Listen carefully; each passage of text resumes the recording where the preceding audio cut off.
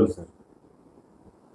देशाच्या स्वातंत्र्याचा अमृत महोत्सवी वर्षाची सांगता करत असताना सुद्धा जर सर्वसामान्य मागासवर्गीय आदिवासी माणसावर अजूनही होत असलेला अन्याय थांबत नसेल तर नेमकं हे स्वातंत्र्य आहे का अशीच म्हणायची पाळी आलेली आहे.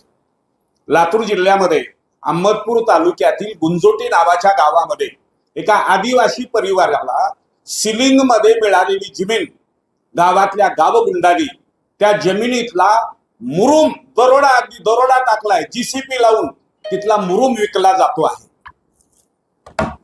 गरीब कुटुंबातली ही महिला आज 75 वर्ष वयाची विधवा महिला आहे. या विधवा महिलेचं नाव आहे रुक्मिणीबाई महादू कारलेवाड. या महिलेला मुलगा नाही, 4 मुलीच आहेत. या 4ही मुली लग्न होऊन आपल्या आपल्या घरी गेलेल्या आहेत आणि शासनानं दिलेली 1 हेक्टर 1 गुंठा जमीन ही गुंजोटीमध्ये आहे आणि त्या गावातले चावरे म्हणून परिवार आहे. चावरे बंधू, त्यांची नावं आहेत राजू चावरे, बाळू चावरे आणि दादा चावरे. हे सुमनबाई दगडू चावरे यांची मुलं, यांचेही वडील वारलेले आहेत. या 3 जणांनी या विधवा महिलेच्या शेतामध्ये जीसीपी लावून ट्रॅक्टर लावून लाखो रुपयाचा मुरुम हा विक्री करायला सुरुवात केलेली आहे.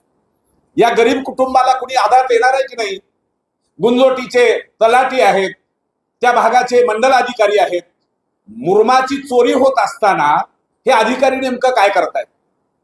एक तरी मुरुम अशा पद्धतीने विक्री करता येत नाही आणि शिवाय शासनानं दिलेल्या सिलिंगच्या जमिनीचा दुसऱ्याच्या जमिनीतला हा मुरुम चोरून म्हणजे दरोडा टाकला जातोय. तेव्हा आमची अशी मागणी आहे की ह्या रुक्मिणबाई महादू कारलेवाड या विधवा महिलेला संरक्षण दिलं जावं. तिच्या शेतामध्ये हे जे लोक घुसून मुरुमाची चोरी करतायत, दरोडा टाकतायत, त्यांच्यावर पोलीस स्टेशनला गुन्हे दाखल करावेत आणि ह्या सर्व झालेल्या नुकसानीची नुकसान भरपाई वसूल करून रुक्मिणबाईला दिली जावी अशी मी मागणी करतो आहे.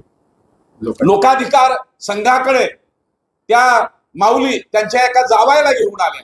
त्यांनी त्यांची सगळी अडचण सांगितली आणि आम्ही गरीब आहोत, ते समोरचे लोक गुंड आहेत, ते लोक आम्हाला मारतील, जीवानिशी मारतील, त्यामुळं आम्हाला तिथं जाणं सुद्धा अवघड आहे असे त्यांची कैफियत आमच्याकडे आल्यामुळं मी लोकाधिकार संघाचा लोकाधिकार प्रमुख व्यंकट पनाळे मी त्यांना आधार देतोय आणि शासनाकडे मी मागणी केलेली आहे, जिल्हाधिकारी यांच्याकडे मी मागणी केलेली आहे की या महिलेला संरक्षण देऊन तिचं जे नुकसान झालेलं आहे त्याची नुकसान भरपाई द्यावी.